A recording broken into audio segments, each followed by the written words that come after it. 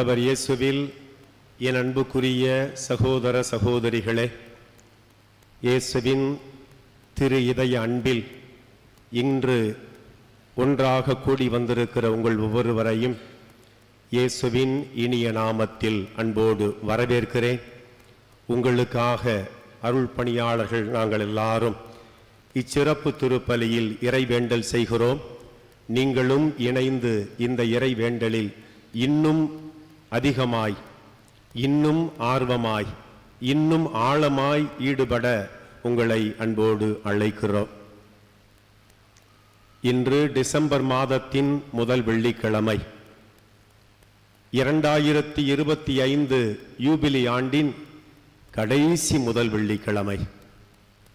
சிறப்புக்கு மேல் சிறப்பு, ஆசிக்கு மேல் ஆசி, அருளுக்கு மேல் அருளை பெறக்கூடிய இடமாய் நாம் இறைவனின் இல்லத்தை தேடி வந்திருக்கிறோம். இன்னும் அதிகமாய் ஈடுபட்டால் ஆண்டவருடைய ஆசியால் நிரப்பப்படுவோம் என்பதில் ஐயமும் இல்லை, மாற்று கருத்தும் இல்லை.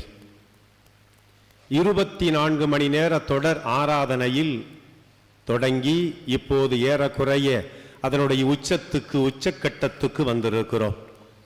கடவுள் இந்த ஆண்டு முழுவதும் நமக்கு செய்திருக்கிற அனைத்து நன்மைகளுக்கும், அனைத்து உதவிகளுக்கும், அனைத்து ஆசிக்கும் கடவுளுக்கு நன்றி கூறவும், இனிவரும் காலமும் இன்னும் இதை போன்று, இதைவிட இன்னும் நாம் ஆர்வத்தோடு செயல்பட இத்திருப்பலியில் தொடர்ந்து இறைவேண்டல் செய்வோம். இன்றைக்கு வாசிக்கப்பட்ட இறைவார்த்தைகள் எல்லாமே நம்மை சிந்திக்கவும், குறிப்பாக நம்பிக்கை என்கிற ஒற்றை சொல்லை நாம் இன்னும் வலுப்படுத்தி கொள்ளவும் நமக்கு அழைப்பு கொடுக்கிறது. இன்றைய முதல் வாசகம், சிறப்பாக இன்றைய 2ஆம் வாசகம், அதைவிட இன்றைய நற்செய்தி நம்மை இயேசுவின் நம்பிக்கையில் எந்த அளவுக்கு நாம் ஈடுபடுகிறோம், ஈடுபட வேண்டும் என்பதற்கான அழைப்பை நமக்கு கொடுக்கிறது. இயேசு எந்த புதுமையை செய்தாலும் ஒரு கேள்வி ஒன்று எழுப்புவார். நம்மை இயேசுவினுடைய உடன் பங்காளிகளாக, அவரோடு இணைந்து பயணிக்கக்கூடியவர்களாக இயேசு இணைத்துக் கொள்ளுகிறார். இதை நீ நம்புகிறாயா? இதை நீங்கள் நம்புகிறீர்களா என்கிற கேள்வியை, எந்த புதுமையை செய்தாலும் ஒரு கேள்வி எழுப்பி நம்முடைய ஈடுபாட்டை, நம்முடைய பங்களிப்பை, நம்முடைய ஒத்துழைப்பை, நாம் இதில் உண்மையிலேயே ஈடுபடுகிறோமா என்பதை சிந்தித்து பார்க்க நமக்கு அழைப்பு கொடுக்கிறார். நம்பிக்கை இருந்தால் எதுவும் கைகூடும் என்பதற்கு நாம் எல்லாருமே பல்வேறு சான்றுகளை நிச்சயமாய் இங்கு எடுத்து சொல்லுவீர்கள், நீங்கள் நிச்சயமாய் சொல்வீர்கள் என்பதில் எனக்கு ஐயமே இல்லை. ஆனால் இந்த நம்பிக்கை இன்றைக்கு எப்படி இருக்கிறது?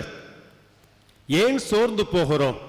என்ன காரணம் என்பதைத்தான் இன்றைக்கு ஆய்ந்து பார்க்க திரு அவை நமக்கு அழைப்பு கொடுக்கிறது.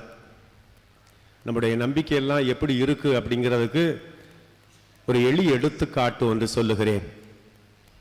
எவ்வளவு பெரிய வசதியான வீட்டுக்கு போனாலும் வீட்டுக்குள்ள ஒரு கொடிக்கயிறு கட்டி இருக்கும். அது எவ்வளவு வசதியான வீடு, எவ்வளவு புது வீடாக இருந்தாலும், எத்தனை ஹேங்கர் இருந்தாலும் ஒரு கயிறு கட்டி இருக்கும். அதில் தான் நம்ம வசதியாக துணிகளை போடுவோம். அது எந்தெந்த துணிகளோ எல்லாத்தையும் போடுவோம். திரும்ப தேவைப்படுகிற போது எடுத்து பயன்படுத்தி கொள்ளுவோம். புதுசாக ஒரு வீடு கட்டி புதுசாக ஒரு கயிறை கட்டுகிற போது அந்த கயிறு நல்லா டைட்டாக, உறுதியாக, ஸ்ட்ராங்காக இருக்கும். 1 மாதம், 1 வருஷம், 2 வருஷம் ஆன பிற்பாடு நம்ம போடுகிற சுமைகளை வைத்து அந்த கயிறு அப்படியே பணிந்து தொங்க ஆரம்பித்து விடும். ஒரு நாள் என்ன செய்வோம்? அந்த துணிகளை எல்லாம் கம்ப்ளீட்டாக வெளியே எடுத்துட்டு திரும்ப ஒரு முறை அந்த கயிறுகளை நாம் உறுதிப்படுத்துகிறோம், சரிப்படுத்துகிறோம்.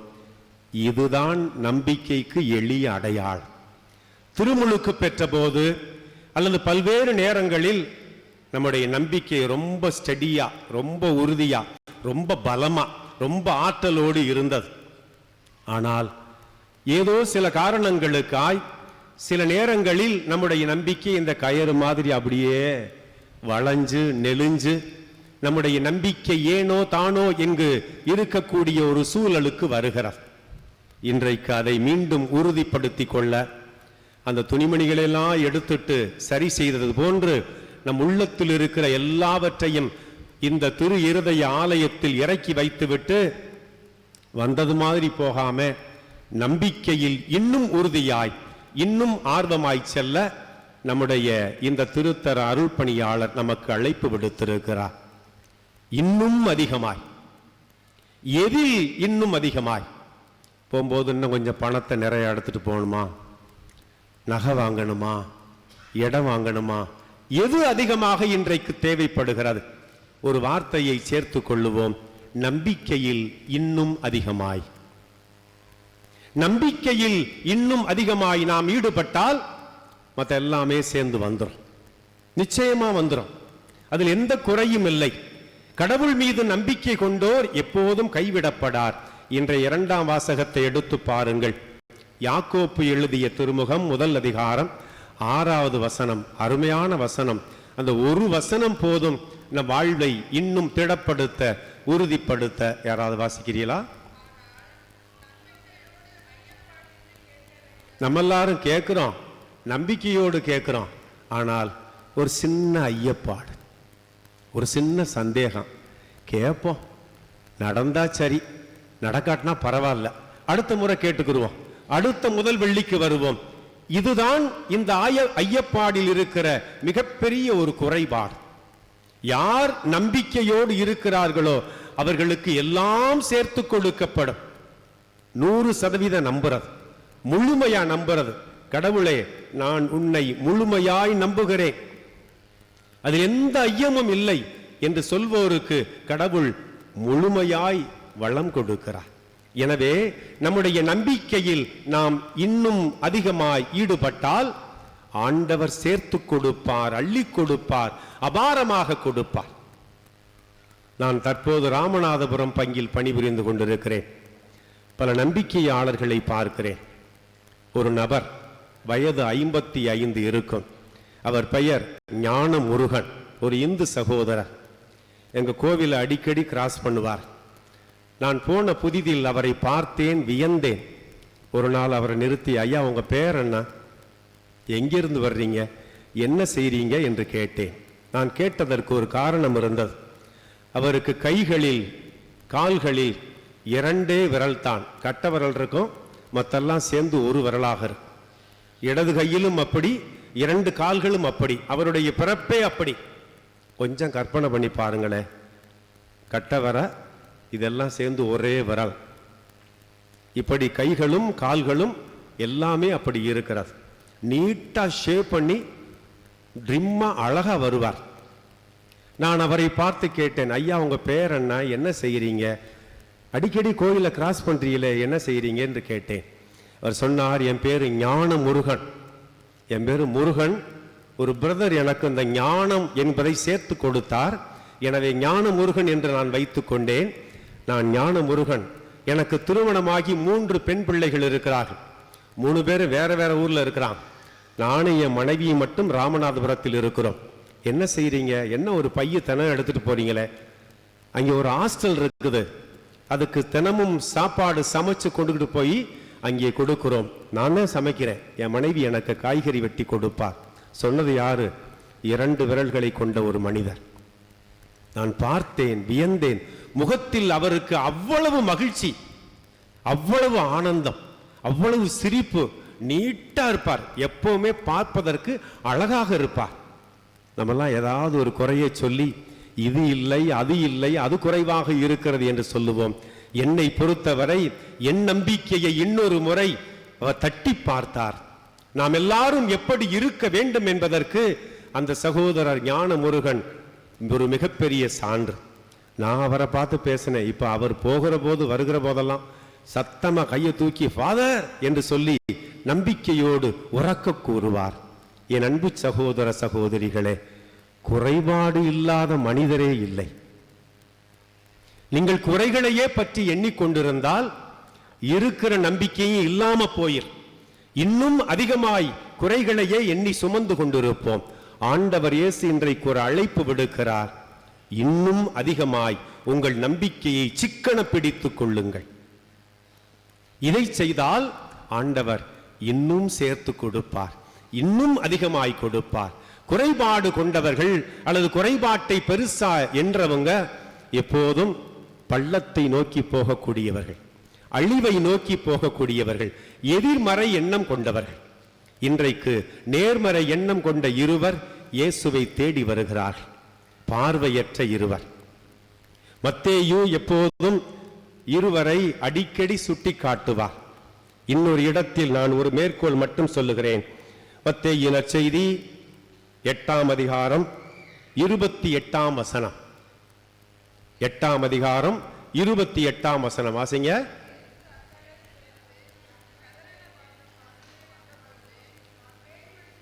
பேய் பிடித்த இருவரை சந்தித்தார். இருவரை சந்தித்தார். இருவர் என்பது இங்கே யாரெல்லாம் தேவையில் இருக்கிறார்களோ, இவர் யூதருக்கு எழுதிய மடல், எழுதிய நற்செய்தி. ஒரு சாட்சி வேண்டும். எனவே இங்கே இரு பார்வையற்றோரை சந்திக்கிறார். அவர்கள் நேர்மறையாய் தங்கள் வாழ்வை மாற்றிக்கொள்வதற்கு முயற்சி எடுக்கிறார். தங்களிடமிருந்த எளிய நம்பிக்கையை அறைகூவலாக எடுத்துச் சொல்லுகிறார். தாங்கள் பார்வை பெற வேண்டும் என்கிற ஒரு நம்பிக்கை வாசகத்தை சொல்லுகிறார்கள். என்ன நம்பிக்கை வாசகம்? தாவீதின் மகனே, இதைவிட பெரிய ஜபமே இல்லை. இதுதான் அருமையான ஜபம். தாவீதின் மகனே, இறைமகனே, மனுமகனே, எங்கள் மீது இறங்கும். இந்த ஒற்றை ஜபத்தை நீங்கள் மனவள்ளிய ஜபமாய் சொல்லிக் கொண்டே போகலாம். இதை சொல்ல சொல்ல உங்கள் நம்பிக்கை இன்னும் பலப்படும், இன்னும் உறுதிப்படும். எது உங்களுக்கு குறைவாக இருக்கிறதோ அது நிவர்த்தியாகும். இதைத்தான் ஆண்டவர் சொல்லுகிறார். இந்த இருவரும் நேர்மறையாய் இயேசுவை பார்க்கிறார். எத்தனையோ பேரை பார்த்திருப்பார்கள். ஆனால் இன்றைக்கு இயேசுவை பார்க்கிற போது, தாவீதின் மகனே, எங்களுக்கு இறங்கும் என்று கத்தினார்கள், கூச்சலிட்டார்கள். இயேசுவை பின்பற்றினார். இயேசு உடனே சும்மா சுகம் கொடுத்திருக்கலாம். ஆனால் ஒரு கேள்வி எழுப்புகிறார். அந்த கேள்விதான் இன்றைக்கு நமக்கான கேள்வி. இந்த திருத்தலத்துக்கு வந்திருக்கிற ஒவ்வொருவரையும் இயேசு இன்றைக்கு உங்கள் இதய கதவை தட்டி ஒரு கேள்வி எழுப்புகிறார். என்ன கேள்வி எழுப்புகிறார்? பல மன்றாட்டோட இங்க வந்திருக்கிறீங்களே, பல திருப்பலி கருத்துக்களை எழுதி கொடுத்தீங்களே, நீங்க முதல்ல அதை நம்புறீங்களா? ஏதோ காசு கொடுத்து ஒரு திருப்பலி கருத்தை எழுதுவோம், ஏதோ முதல் வெள்ளிக்கிழமை போய் வேண்டி பார்ப்போம் என்பதை விட நீங்கள் இதை நம்புகிறீர்களா? இந்த கேள்விதான் இன்றைக்கு நாம் கேட்டுக்கொள்ள வேண்டிய கேள்வி. நம்புறீங்களா இல்லையா? அவ்வளவுதானா? 4 பேர் நம்புறது மாதிரி சொல்றீங்க. மற்றவங்கலாம் யார் யார் இன்னைக்கு நம்புறாங்கன்னு பார்ப்போம். அவங்கள அடுத்த மாசம் வரும்போது, போன மாசம் நம்புனியில அது நடந்துருச்சான்னு கேட்போம் என்று சொல்லி ஒரு சிலர் முன்னாடி உள்ளவங்களை எட்டி எட்டி பார்க்குறீங்க. அதுவல்ல நம்பிக்கை. பார்வையற்ற இருவரும் ஒரே இலக்கு கொண்டிருந்தார்கள். நாங்கள் நம்புகிறோம், ஆமையா நாங்கள் நம்புகிறோம் என்ற நம்பிக்கை அறிக்கையை வெளிப்படுத்தினார்கள். இயேசு அவர்களுக்கு நலம் கொடுத்தார். இயேசு அவர்களுக்கு சுகம் கொடுத்தார். அருமையான ஒரு வார்த்தை அங்கே சொல்லுகிறார்.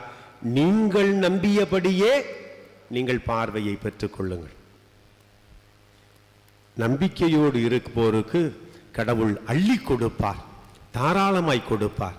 அந்த சகோதரர் ஞானமுருகனை பற்றி சொன்னேனே, நம்பிக்கையோடு இருக்கிறார். அவர் நடக்கிற போதே அவர் வாழ்க்கையின் நம்பிக்கை தெரியும். யாரை நம்பி இருக்கக்கூடாது ஃபாதர். நம்ம உழைப்பு, நம்ம சம்பாத்தியம், இதை வச்சுதான் பொழைக்கணும். அதனால 3 பிள்ளைகள்கிட்டையும் சொல்லிட்டேன், உங்க வீட்டுக்கெல்லாம் வந்து நாங்க இருக்க மாட்டோமா, நாங்க சம்பாதித்து முடிஞ்சா உங்களுக்கு கொடுப்போம், உங்களை நம்பியெல்லாம் நாங்க வாழ மாட்டோம், நிச்சயமா நாங்க நல்லா இருப்போம், எங்களால் உழைக்க முடியும் என்று அவர் சொல்லுகிறார். என் அன்பு சகோதர சகோதரிகளே, இது போன்ற பல்வேறு சான்றுகளை நான் உங்களுக்கு சொல்ல முடியும். விவிலியத்தில் இருந்தும் சொல்ல முடியும், நடைமுறை வாழ்க்கையிலும் இருந்தும் நான் உங்களுக்கு சொல்ல முடியும். இன்றைக்கு நாம் எடுத்திருக்கிற இந்த 24 மணி நேர இந்த தொடர் ஆராதனைக்கு எடுத்திருக்கிற தலைப்பு இன்னும் அதிகமாய் நம்புகிறது, இன்னும் அதிகமாய் ஈடுபடுவது, இன்னும் அதிகமாய் கடவுளை பின்பற்றுவது. இன்னும் அதிகமாய் இயேசுவின் அன்பை சுவைப்பது. அப்படி இன்னும் அதிகமாய் நாம் ஈடுபட்டு வாழ்ந்தால் ஆண்டவர் அள்ளி கொடுப்பார். உங்களில் இருக்கிற நிறைவை பாருங்கள். இந்த பார்வையற்றோர் போன்று நாம் குறைபாடு கொண்டவர்கள் இல்லை. இந்த சகோதரர் ஞானமுருகனை போன்று நாம் பலவீனம் உள்ளவர்கள், உடல் பலவீனம் உள்ளவர்கள் இல்லை. ஆண்டவர் நம்மை அபரிவிதமாய் ஆசீர்வதித்திருக்கிறார். நன்றி சொல்லுவோம். நீங்கள் நன்றி சொல்ல சொல்ல ஆண்டவர் உங்கள் நம்பிக்கையை இன்னும் ஆழப்படுத்துவார், இன்னும் உறுதிப்படுத்துவார். எனவே யாரெல்லாம் இன்றைக்கு பல்வேறு எதிர்பார்ப்புகளோடு தேவைகளோடு இங்கு வந்தீர்களோ அதெல்லாத்தையும் கடவுள்கிட்ட கொடுத்துட்டோம். கடவுள் பார்த்து கொள்ளுவார். நன்றி சொல்லுவோம். நன்றியால் நம் வார்த்தைகளை நிரப்புவோம். நம்பி வந்தேன் இயேசுவே, நீர் என்னை எப்போதும் ஆசீர்வதிக்கிறீர், என்னை குணப்படுத்துகிறீர், என்னை வழிநடத்துகிறீர் என்கிற இந்த ஆர்வமான வார்த்தையை நாம் இன்னும் தொடர்ந்து சொன்னால் ஆண்டவர் சேர்த்து கொடுப்பார், அதிகமாய் கொடுப்பார், நிறைவாய் கொடுப்பார். எனவே செய்வதை நம்பிக்கையோடு செய்வோம், மன திருப்தியோடு செய்வோம், ஆசையோடு செய்வோம், இறைவனை நம்பி செய்வோம். அப்படி செய்தால் பன்மடங்கு பலன் பெறக்கூடிய மக்களாயிருப்போம், 100 மடங்கு பலன் பெறக்கூடிய மக்களாயிருப்போம். அதற்கு தேவையான அருளை, ஆசையை கரம் குவித்து நம்பிக்கையோடு இறைவனை பார்த்து சிறப்பாக வேண்டுவோம். எங்களை பெயர் சொல்லி அழைத்தவரே இறைவா, அழைப்பை மட்டுமல்ல பல்வேறு வாய்ப்புகளையும் எங்களுக்கு கொடையாக கொடுத்து கொண்டே இருக்கிறேன்.